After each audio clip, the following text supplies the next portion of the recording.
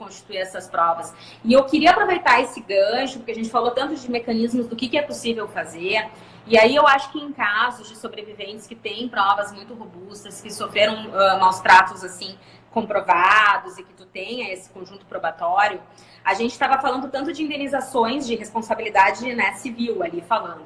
Mas daí tu vai dizer assim, tá, mas isso cabe até quando? Só quando tu é criança, porque quando tu é maior, tu vai pedir abandono afetivo, né? Tu já é maior de idade, como é que funciona? Hoje já se tem um entendimento ali que às vezes os danos são continuados, né? O dano que aconteceu na infância, ele vai perdurar por toda a vida, dependendo da Tem gravidade. um caso muito conhecido, né, que eu vi, que até alguém do judiciário comenta o caso todinho, dá mais de 1 hora, eu assisti, e aí essa não sei se é a juíza, não sei o que ela é, comentando que foi até um filho, eu acho, foi um homem, e ganhou o caso de abandono afetivo em relação, acho que ao pai. E ele já era adulto. Sim, exatamente, porque na verdade essa questão de responsabilidade eles colocaram ali que teria uma prescrição que a gente chama, que até o momento onde tu pode exigir, né, esse direito, exigir essa responsabilidade civil, que seria até 3 anos após a maioridade, né? Mas eu pensei, até eu gostaria de te colocar, eu não sei quanto tempo a gente tem, mas é que essa semana foi bem, que essa semana a gente sempre tem que estar se atualizando. E como eu faço parte do IBDFAM, que a gente chama, que é um instituto, como eu atuo no direito de família e no direito criminal, aqui no Rio Grande do Sul, eu faço parte do Instituto Brasileiro de Direito de Família. E aqui na subseção do Rio Grande do Sul, em Porto Alegre, a gente tem um grupo de estudos. E às vezes temos palestras bastante interessantes. E aí tô eu lá essa semana olhando o que é a PA, porque às vezes a gente tem que estar sempre se atualizando, né? O direito não para nunca. Então eu olhei e era abandono afetivo. E eu disse, opa, mas então mais ainda, até porque eu uso muito, porque eu sabia que a gente ia falar sobre isso. Fui lá para a faculdade, assisti, a professora Tula, ela é uma professora de Direito na URGS, que é a Universidade Federal daqui, doutora em Direito, uma pessoa bem renomada. E ela falou, de toda a palestra que eu assisti, eu queria colocar aqui para vocês terem uma ideia de como saem essas decisões, o que embasa para essa responsabilidade civil, né, por abandono afetivo. No caso, assim, de pais para com os filhos, pensando ali na criança, no adolescente, até a maioridade.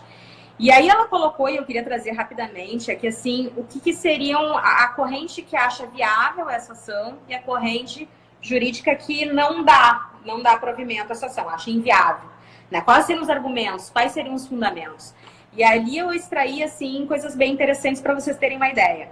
Né? O que acha, a posição da corrente jurídica que acha que não há dever dos pais se responsabilizarem pelo abandono afetivo, eles se fundamentam que o afeto e o amor não podem ser precificados. Seria um dos primeiros fundamentos. Tu não pode botar um valor pro afeto.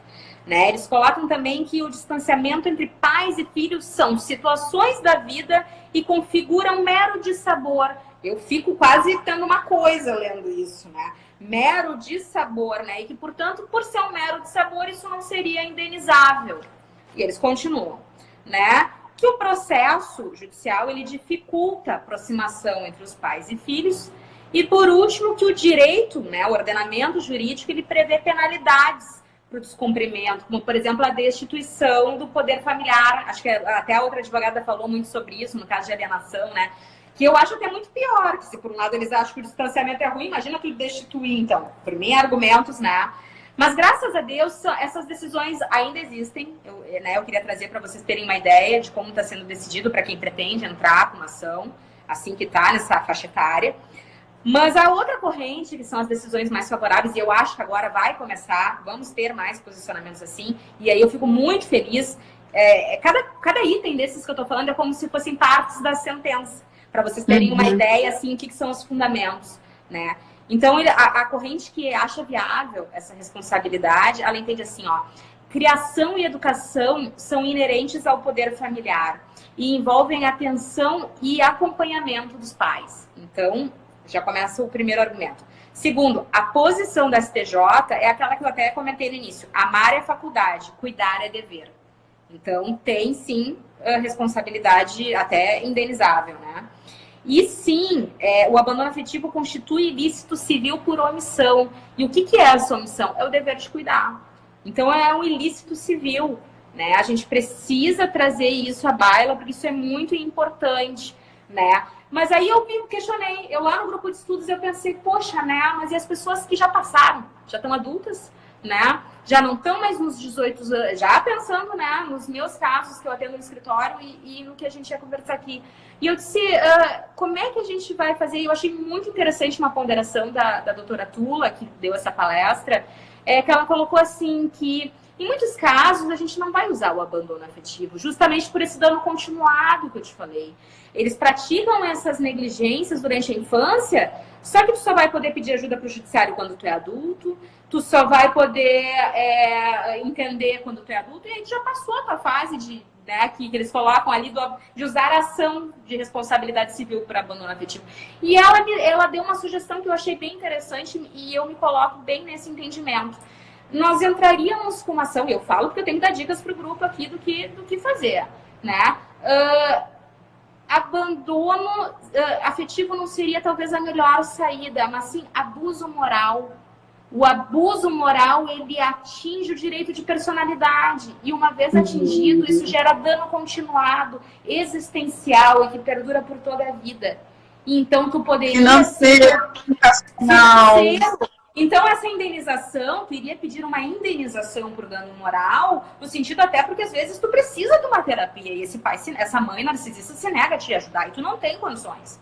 E aí, como é que tu faz? Como é que tu vai conseguir trabalhar, conquistar tuas coisas na vida, né? Como é que tu vai avançar sem essa ajuda, sem esse apoio, né? Então, assim... Fale. Desculpa te interromper, mas depois eu vou esquecer. Tem muitos relatos de sobreviventes como eu que sofreram abuso sexual na infância e que eu ouço dizer que não prescreve. E as mães foram totalmente omissas. Em nenhum momento ajudaram essa criança a não continuar sendo abusada ou evitar, né? Prescreve ou não o abuso sexual infantil? Não, na verdade ele não prescreve porque ele é um direito ali que houve essa violação e tu tem o direito de colocar isso em qualquer momento, até porque a criança não tem naquele momento que sofreu o abuso condições às vezes de relatar o que aconteceu, né? Então assim, ela às vezes vai precisar, ela às vezes até vai negar, se tu faz terapia, se tem condições, tu vai ver que às vezes isso vai aparecer lá na terapia, quando já tem 20 e poucos anos, ela negou. Porque existe ainda muito aquela questão, né, que imagina, é muito difícil para um filho imaginar que o seu pai ou sua mãe ou um parente muito próximo, possa te violar de tal forma. Então ela nega que aquilo aconteceu. Para ela contribuiu para que aquilo acontecesse, ela fez, aquelas ideias todas, a culpa. Então, assim, a gente não pode colocar um limite nisso, porque vai depender do momento que a pessoa consegue trazer isso.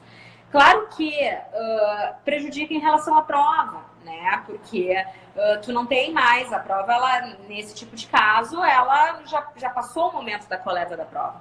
Mas a gente tem Mas você pode ter testemunhas, né? Testemunhas. E outra coisa, a gente tem um entendimento, e aí trazendo, assim, fazendo uma comparação ali com a Maria da Penha, aqui no Rio Grande do Sul, então, majoritário, né? Nos casos que eu atuo de Maria da Penha, a palavra da vítima, ela tem valor sobre qualquer, até outro tipo de prova, aquilo vem a somar. Mas se a vítima falou que sofreu aquela agressão, aquela violência, ela vai ser, vai ser o ônus da defesa lá do agressor que vai ter que comprovar que aquilo não aconteceu. E vai preso, né? E vai preso. Então, só para quem não entende o que é prescrever. Quem foi abusado sexualmente por um tio que ainda está vivo, um pai que está vivo, um irmão... Exatamente. Essa pessoa pode mover um processo de dano reparatório financeiro para fazer um abuso. A gente vai usar um abuso, né, para relatar, na verdade, porque tu vai ali descrever. Pode pedir uma indenização e essas pessoas correm o risco, além de terem que responder criminalmente, ainda podem ter que pagar. Tem duas esferas. Exatamente, tem a parte de responsabilidade, que seria daí a esfera civil, e aí dependendo do caso concreto. Isso a gente está falando de uma maneira bem geral, né, Virginia? A gente tem que analisar caso caso. É difícil te dizer, olha, todo mundo entra que vai dar certo. Não é bem assim. Aí a Não. história seria meio coelhinho da Páscoa aqui. Mas, assim, a gente tem, sim, esses mecanismos. É importante procurar um advogado. Ou então, se não há condições, procurar um defensor público. Ou procurar a promotoria de onde mora para tentar, na realidade, dizer, olha, eu passei por isso. O que a gente pode fazer, né, judicialmente? Então, independente da idade. Porque a gente tem esses mecanismos, a gente tem que trazer isso, a gente tem que levar isso para as autoridades, né? Então, assim, às vezes a gente não vai ter uma prova, mas a gente pode ir lá e trazer outros elementos, tu falou, uma testemunha, ou até, de repente, a gente pede um estudo. Então, tem alguns elementos que a gente pode fazer, mas aí vai ter que ser analisado caso a caso o que aconteceu para poder... No caso, essa mãe narcisista que ela cometeu de abandono afetivo. No caso, foi há, sei lá, 10 anos atrás, quando eu era adolescente, 20 anos atrás, 30. Uhum. Não dá para dizer se prescreveu ou não, né? Porque não enquadra prescrever ou não. Porque na realidade é um momento. Pedir indenização, eu sendo adulta? Sim, na realidade a gente vai ter que trazer isso à baila no caso concreto e colocar, na verdade, para ver a extensão disso, né? Dependendo se ficar configurado e conseguir comprovar o dano de alguma maneira e aquele nexo de casualidade, a gente está falando de indenização, né? Aquele nexo de casualidade, a culpa, né, da pessoa que fez, aí sim, aí é possível a indenização, mas aí vai ter que ter uma análise, né, do processo de todo o conjunto probatório nesse sentido. Né? Mas é bem importante que isso não caia no esquecimento por pensar que não tem chance. Ó, passou muito tempo, eu nem vou ir porque não vai ajudar. Mas é possível. É bom a gente trazer essa possibilidade. É possível, vai ter que ser analisado, mas é possível. Violado e tão, é tão injusto, né? Eu, particularmente, não faria isso para não me gerar desgaste emocional. Mas é bom nós sobreviventes termos ciência de que sim, é tão grave, nesse ponto que eu quero chegar, é tão grave o que elas fazem, que sim, a gente pode sim ter o direito de solicitar essa indenização, tamanho dano psicológico, que aí envolve, o dano afetivo envolve tantas áreas da nossa vida, a gente fica catando tanta coisa ao longo da vida e reconstruindo tanta coisa, que ainda bem que o judiciário tem alguma opção para a gente falar, caramba, tem essa opção aqui, para a gente não se sentir tão desamparada em relação a isso. Eu queria que você comentasse a lei da Maria da Penha. Maria da Penha, pois então. Interessante, que eu não sabia, realmente não sabia. Uhum. Na verdade, assim, a gente tem, fazendo um dado estatístico, se for fazer um levantamento, esses casos que nem a gente estava conversando, onde o agressor ou agressora, né, a gente vai ter a maioria esmagadora de agressores homens e aquele tipo bem básico que é o que mais se fala, né, o companheiro que agride a companheira. Mas basta fazer uma busca bem rápida, quem é da área, para poder se atualizar e ver que nós já temos decisões, temos aqui no Rio Grande do Sul, temos em outros estados, configurando essa relação de ser das agressões tanto físicas quanto as, né, difamatórias, como é o nosso tema, LIDE, essa campanha toda de difamação, enquadra a Maria da Penha. Porque vamos pensar em agressão física, né? O que a gente indo para o Código Penal? A gente está indo para a lesão corporal. Né? E indo para a lesão corporal, a gente tem no artigo 129 do Código Penal uma forma qualificada, que se acontecer nessa prevalência do ambiente doméstico, é cadeia. E eu queria deixar bem isso explícito aqui no grupo para o pessoal entender a diferença. Porque se não enquadrar na Maria da Penha, e às vezes tu enquadra, só que a pessoa não sabe, vai para o juizado criminal, onde a pessoa faz uma transação penal, que a gente chama, que é como se fosse um acordo, e a coisa fica por essa, porque é uma lesão corporal leve, às vezes é um empurrão que tu conseguiu ali no laudo, né, comprovar, né? Ou então quando ficam essas questões de ameaça, né, de difamação, como é que faz, né? Então, assim, é bem importante entender se isso acontece dentro do âmbito doméstico. Nós temos a Lei Maria da Penha e a gente não precisa usar só vinculado à questão de gênero, como é pregado aí por todos, e até eu já vi em partilhas onde explica a Maria da Penha, e a gente vê, ainda bem que isso está mudando, que a gente está vendo que estão vindo essas decisões, onde está tendo essa interpretação que na realidade não está vinculado ao gênero, né? Então, no caso, a agressão física, ela é crime. sim, a agressão física ela sempre vai ser crime, independente da idade, porque ela é uma lesão corporal passível de ser verificada no exame, né? E aí Quem vai depender do comete grau da lesão. há alguns 15 anos atrás ou mais, eu fui agredida por uma colega de trabalho, e aí eu fui na delegacia da mulher e registrei o boletim de ocorrência e dali inicia-se um processo, né? Você vai na delegacia, faz o boletim de ocorrência e eu não sei se é o Ministério Público, qual é o órgão que dali, daquele boletim, inicia-se um processo. Automaticamente inicia-se um processo, vai ser chamada a pessoa para depor, e a pessoa que me atendeu na delegacia da mulher, não sei se foi escrivã, eu não lembro o que era, ela me disse, olha, recentemente foi aprovada uma lei que a agressão física agora não dá mais punição de detenção, só ajuda comunitária, tal, tal, tal. Eu não sei se ela fez isso para, tipo, menos um processo, menos um custo para o judiciário, não sei. Foi 15, 20 anos atrás. E aí eu fiquei com essa dúvida. A agressão física, a pessoa que comete esse crime pode ficar sujeita à punição, independente se é enquadrada na Maria da Penha ou não. Sim, porque a lesão corporal ela prevê pena de detenção, né? A cadeia, ela tem essa pena prevista.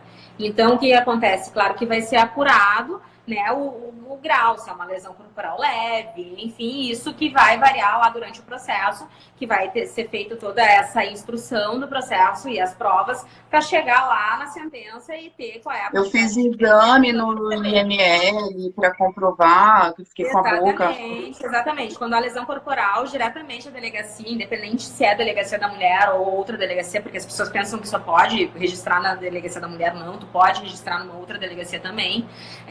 Eles encaminham diretamente para o DML, porque quanto antes for feito esse exame, tu vai ter a lesão mais concreta ali para construir a prova, né? E o DML, geralmente, na delegacia da mulher, aqui em Porto Alegre, ele é muito próximo. Geralmente, eles colocam muito próximo para justamente ficar mais viável esse procedimento todo, né? Mas no caso do ambiente, dessa questão familiar, que eu acho que mais preocupa o pessoal, né, que passa por essa problemática do narcisismo, é entender que tu pode, se tu é agredido pela tua mãe, independente da idade que tu tem, tu pode sim acionar um mecanismo de medidas protetivas, né? Tu pode sim colocar, de repente tu já tem condições, tu não tá na casa dela morando mais, mas tu foi lá numa festividade, num churrasco e sei lá o que aconteceu, né? E tu acabou sendo agredida e aí tu pensa, não, mas é minha mãe, Maria da Penha? Não, sim, Maria da Penha. E daqui a pouco tu pode colocar até essa abuso verbal e difamação também, né? Também, porque eles também entram, na realidade, se enquadram na Maria da Penha, né? A difamação, ela vai entrar ali na violência moral, né? Porque tu tem a psicológica, tu tem a física, a patrimonial e a moral. E aí a difamação ali, ela é algo que é crime, também é tipificado e também dá cadeia. E a patrimonial seria um imóvel, um carro, algo que essa pessoa... Ou essa pessoa que roubou algo dentro da minha casa, ou essa pessoa me fez assinar um documento onde eu passava... Enfim, eu perco algo inteiro. Seria o patrimonial isso? Desculpa, eu não entendi a última frase que tu falou. Eu entendi da pessoa que subtraiu alguma coisa, mas eu não entendi a pergunta no início. No caso, o dano patrimonial, se ele é caracterizado como se fosse um dano financeiro. Exatamente. Ela poder, na verdade, retirar algum bem que tem algum valor, né? Daí a gente consegue colocar preço. Ou às vezes até ter os instrumentos de trabalho, né? A pessoa consumir, subtrair, tirar, né? Ou gastar um dinheiro que é da tua propriedade, que é teu, pegar se ela tem acesso a um cartão de banco, ir lá e sacar um dinheiro que tu não autorizou. Roubar seu salário, porque tem casos assim. Entendeu? Passar, se ela tem acesso... Isso é um crime. É um crime, exatamente. Isso se chama violência patrimonial. Então, se for feito ainda mais prevalecido das relações domésticas, está previsto na Maria da Penha. E aí tem toda essa questão de tu poder comprovar, porque as pessoas às vezes têm acesso a senhas, daqui a pouco ela faz movimentações bancárias, ela passa da tua conta para a conta dela, e isso caracteriza a violência patrimonial também. Né? Então, isso é bem importante para o pessoal pensa que Maria da Penha é uma coisa só, e na verdade a Maria da Penha ela tem diversas, né, vertentes aí que a gente precisa começar a falar mais para o pessoal. Então, a gente poderia dizer que a campanha difamatória é um crime. Sim, ela seria um crime se enquadrando na Maria da Penha ou não, né? Prevalecido das relações domésticas, a gente teria essa qualificadora, que até é causa de aumento de pena, né? E a causa de aumento de pena não somente, mas de cadeia, né? Inclusive. Seria, a punição seria o quê? Detenção? Nós temos aqui a detenção, por exemplo, para a gente dividir, pegar bem certinho. A calúnia a gente tem, às vezes, prisão e uma pena de multa. A denunciação caluniosa é aquela coisa quando tu imputa um crime, né, para a pessoa. Tu pega e inventa que ela, né, cometeu um crime que ela não cometeu. Tu pode pegar, por exemplo, de 2 a 8 anos. Né? Nas outras questões, tu pode pegar de 3 meses a 1 ano. Vai depender daí do caso concreto. Deixa eu dar um exemplo. A minha mãe narcisista fez uma denúncia na escola de que eu espancava a minha filha. E isso chegou até o conselho tutelar. E foi uma notícia muito comum. Incontáveis relatos, assim. A mãe narcisista está tentando tirar, roubar a guarda dessa criança e fazer uma calúnia dessa. Esse tipo de calúnia, ela entraria como essa que você falou aí por último, né? Sim, exatamente. Ó, abrindo aqui para poder dar as penas bem certinho para todo mundo poder entender o que é a gravidade da coisa, né? A gente colocar na realidade... eles entram como crimes contra a honra. Então, nós temos a injúria, a difamação e a calúnia, né? Então, por exemplo, da difamação que a gente está falando, a pena seria a detenção, que leia-se cadeia, né? De 3 meses a 1 ano e multa. E aí, claro, isso vai depender do caso concreto, das provas, para poder né, chegar no que a juíza ou o juiz vai fazer ali, dar de pena, né? Da injúria, para tu ter uma ideia, a pena então seria, tem algumas opções, mas seria de 1 a 3 anos e multa. Eu digo cadeia mais multa. A injúria seria... Pode me dar um exemplo? Injúria é quando tu fala diretamente para a pessoa, né? A injúria é, por exemplo, aquela mensagem de WhatsApp que tu chega e fala mal da pessoa diretamente para ela. Isso é injúria, né? Tu tá, na verdade, ofendendo a pessoa diretamente, né? Isso é injúria. A questão da calúnia é a questão de um crime, a pessoa te acusar de um crime que tu não praticou, e aí se for apurado ainda que aquilo é totalmente sem fundamento, ainda tem um outro tipo que é a denunciação caluniosa, que é um pouquinho mais, né... pior, poderíamos dizer assim. E aí a gente tem toda aquela questão da difamação, que daí tem a pena também aqui, ó. Onde tá... Não, foi a calúnia que eu não falei, a pena? Não sei qual pena que eu não falei agora. Então, falou. A calúnia é de 6 meses a 2 anos e multa. A difamação, nós temos 1 ano, de 3 meses a 1 ano e multa também. E a injúria que nós temos até um pouco mais, que a gente fala, né? De 3, não é a mesma coisa, de 3 meses a 1 ano. Então, nós teremos essa pena. Só que o mais importante frisar, isso é sem Maria da Penha. Porque daí, tu tendo essa situação toda, tu leva para a justiça comum, criminal comum. E o que acontece lá? Tu abre margem para aquela questão toda de tu entrar numa transação penal e a pessoa vai pagar uma cesta básica. Você tem esse direito, né, de estar utilizando, usufruindo da Lei Maria da Penha, por que não, né? E que bom que você... Se enquadra, não, a gente não pode falar no usufruindo, mas porque se enquadra realmente, né? Porque é prevalecido de relações domésticas. E a Maria da Penha, ela exclui essa negociação. Ela vai direto para a questão de medida protetiva e aí, se for o caso, prisão preventiva, vai depender do caso concreto e ela vai ser uma qualificadora desses crimes, né? Tanto de agressão física ou desses outros tipos de violência.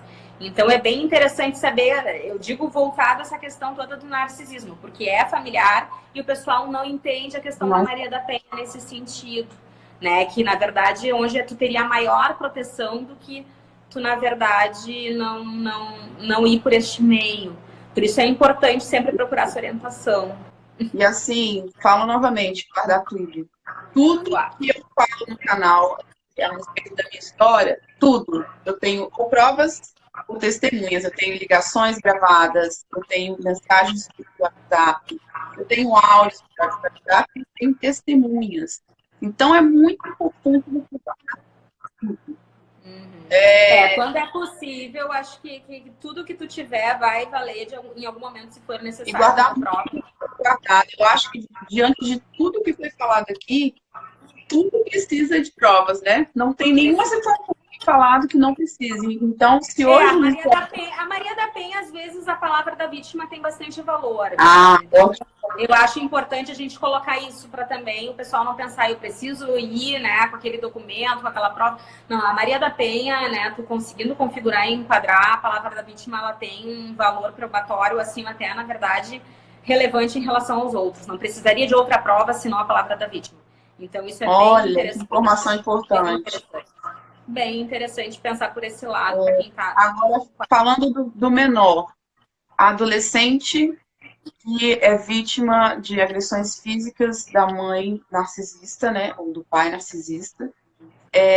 Esse adolescente, ele tem amparo judicial pelo ECA, ótimo. Ele deve procurar aonde? A delegacia ou o conselho tutelar? Na verdade, ele pode procurar qualquer um dos dois.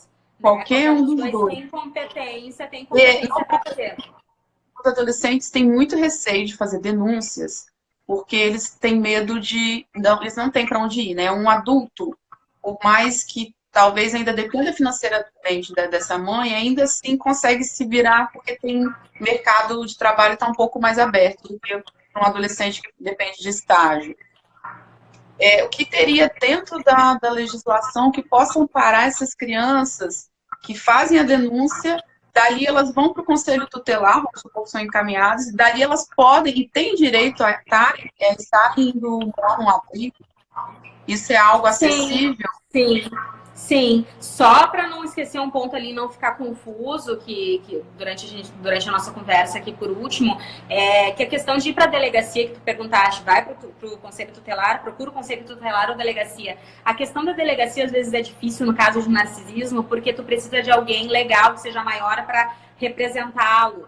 Né? Então tem toda essa questão também, às vezes, aí falando em Maria da Penha, porque né, tu vai estar movendo já diretamente, às vezes, uma ação. Então, às vezes, quando tu não tem uma agressão física a alguém, tu não vai com o pai ou com a mãe nessa delegacia, por isso que a gente procura os institutos que cuidam diretamente da criança e do adolescente, porque ali ele vai poder ser ouvido. Né?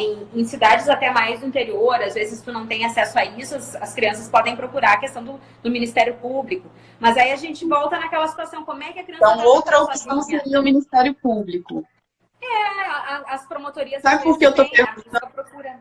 Porque tem muitos casos de adolescentes que fazem denúncia e não anda o processo no conselho tutelar. Dali, o conselho tutelar, de forma sutil, aconselha essa adolescente a se reconciliar com sua mãe e os abusos voltam a acontecer. Então, se esse adolescente não se sentir assistido realmente pelo conselho tutelar, então ele pode procurar o Ministério Público, mas ele vai precisar de um maior para acompanhá-lo nesse processo, né? Não, nesse sentido, às vezes, assim, eu acho que se já é um adolescente, às vezes ele pode até ir buscar essas informações diretamente, se ele não vai poder ter condições de consultar um advogado, até na defensoria, olha, minha situação é essa, como que eu posso ser assistido, como é que eu posso ter acesso a conversar com alguém da promotoria, às vezes numa cidade menor a promotoria se envolve muito mais, né, nesses casos, né, as cidades maiores fica muito mais a cargo dos conselhos tutelares, porque a demanda é muito grande, então assim vai variar muito, mas as portas não são fechadas. Eu digo mais da delegacia, porque em determinados casos realmente se exige lá para tu fazer o termo que tem um representante legal, uma pessoa maior de idade que vai, na verdade, assinar. Né? A pessoa vai de corpo presente, mas ela tem que estar assistida ali pelo representante legal.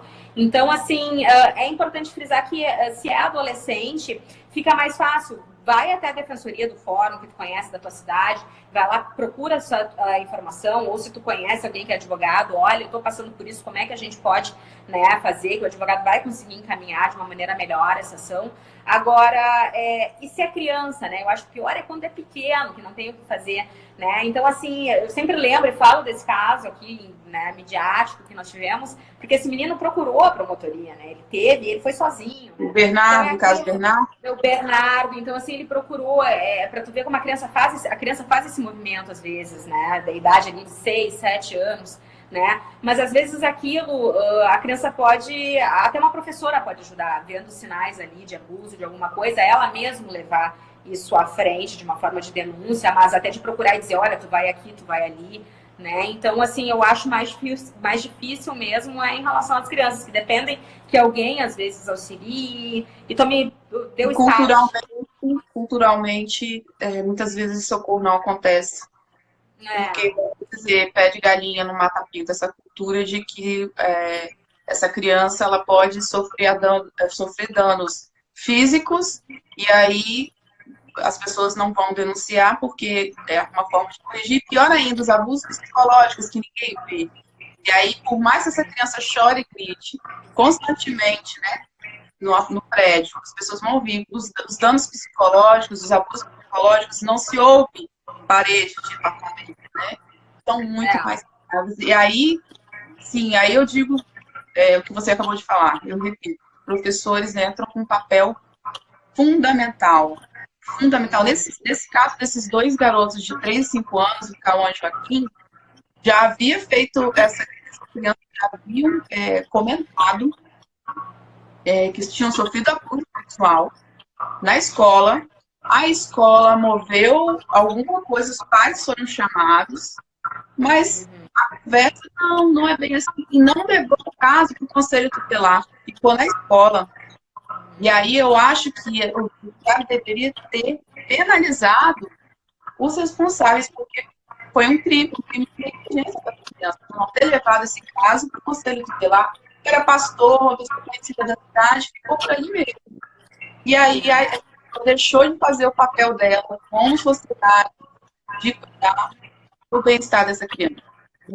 claro, Lá, até não porque é? ela passa ali um momento grande com a criança todos os dias, né? Então ela é até guardiã daquela criança, ela é responsável por aquela criança de alguma maneira, né? A professora de uma forma imediata e a escola como um todo. Então, às vezes, realmente, infelizmente, eles não tomam partido, né? Por não querer se envolver, outros por achar que daí vão se incomodar com os pais e aí vai trazer uma repercussão toda. Tem inúmeros fatores, mas seria muito importante que isso começasse a mudar, né? Que os professores também se envolvessem com isso, começassem a prestar atenção. Aí tu vai, chama a vez os pais, não adiantou, bom, então deixa eu tomar uma atitude, essa criança tá vindo machucada, essa criança não tá tendo rendimento, essa criança tá isolada, essa criança tá assim, vamos começar a registrar isso. Porque diferente da criança procurar sozinha, acho que a palavra de um professor lá no conselho tutelar, ela já vai dar uma prova maior de que está acontecendo.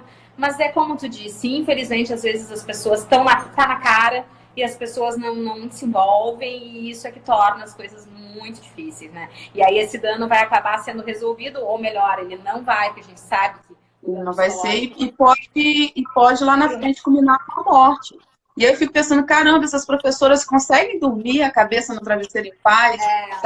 Duas crianças de 3 e 5 anos morreram porque elas não levaram isso para o conselho tutelar. Muitas pessoas falam, mas o conselho tutelar não resolve. Mas faz a tua parte. Faça a tua parte, faça a denúncia no Disque. Essa história de que não resolve depende, né? Faça anonimamente, faça a sua parte. Se vai dar certo, infelizmente, algumas cidades com o conselho tutelar, realmente a coisa não anda. Se você entrar no grupo Flor de Lótus, vai ver incontáveis pessoas dizendo que na adolescência fez denúncia e nada foi feito. Crianças que fizeram denúncia, o conselho tutelar nunca foi. O conselho tutelar nunca foi e resolveu ou iniciou um processo. Que, quando esse adolescente ele faz uma queixa, é movido um processo no conselho tutelar. E não aconteceu. Então, é falho? Assim como que é um sistema maravilhoso, um sistema que não tem nenhum outro país gigantesco, porque o Brasil é um país gigante, o projeto é maravilhoso, mas não funciona como deveria funcionar. Assim também é o conselho tutelar, talvez, da sociedade. Mas nem por isso a gente tem que deixar de fazer a nossa parte. E tentar acionar outros pode salvar a vida dessa criança. Ou tentar acionar outros meios. É claro que a gente sabe que, às vezes, indo direto ao advogado, ele tem esse poder, essa margem maior, porque ele sabe os mecanismos, ele vai bater nas portas certas, e enfim. Mas, às vezes, quando não está funcionando por algum motivo, às vezes o conselho tutelar, eu não posso falar mal de um instituto da qual eu não pertenço, mas, assim, nós sabemos que a questão da demanda é muito grande, nós sabemos que é difícil atender todos os casos, então pode ter vários outras vertentes. Fatores. Mas não desistir. Bom, se não está dando certo no conselho tutelar, eu não tenho condições de procurar um advogado, uma assistência que vá, né, me defender, então vamos procurar, vamos lá na defensoria buscar informações ou até dizer, olha, no conselho tutelar não funcionou, eu estou batendo lá e não funcionou, como é que a gente pode proceder? A gente tem outros meios, né? O importante é não desistir, ou até as pessoas tentarem se envolver melhor, né? E não só quando é criança, quando é adulto também. Não pensa que porque as coisas passaram a gente não tem mecanismos. Vamos buscar informação, vamos debater em grupos como a gente está fazendo aqui, ou quem tem condições, se tiver a possibilidade, procurar terapia, procurar um advogado, porque eu acho que é direito, né? Se os abusos foram feitos, eu acho que pelo menos uma terapia ali, a indenização serviria para pagar uma terapia, já ia ser de grande valor para aquele sobrevivente que precisa se reconstruir. Né? Então, isso seria assim o que eu acho que o pessoal precisa ter bem claro, o básico. Né? Você já pegou casos assim de indenização desses danos psicológicos? Já peguei esses casos e eu tinha prova bem robusta. Eu tive um caso que teve, na realidade, uma prova bem robusta. Por isso que eu coloco. É difícil a reparação quando tu não tem uma prova. Eu não posso daqui contar para vocês, que nem a professora até também comentou da mesma forma na palestra que eu tive essa semana. Não adianta a gente contar o coelhinho da Páscoa. Né? Dizer que assim, a gente trabalha com provas, o juiz não está no momento e se tu quisesse inventar, seria da mesma maneira. Então é difícil, às vezes o pessoal fala, mas o juiz é ruim, olha que... Não, ele não tá lá. Depende do que tu é a realidade, né? Tem muitos casos que são verdadeiros, mas acho que até a grande maioria, mas tem muitos que não são. E a gente tem que ser justo.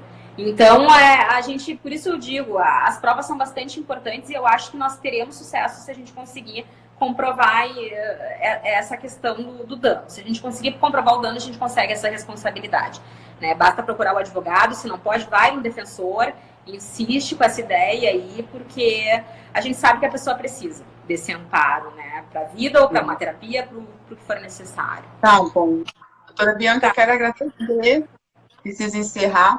Senão depois o povo fica com preguiça de assistir tudo lá no YouTube. Sim. Quero Mas eu fico à disposição, Virgínia. Quando for necessário, a gente pode conversar. Quem é sobrevivente que é do Rio Grande do Sul, eu vou deixar seu Instagram ou no telefone do seu consultório, vou deixar na descrição no YouTube.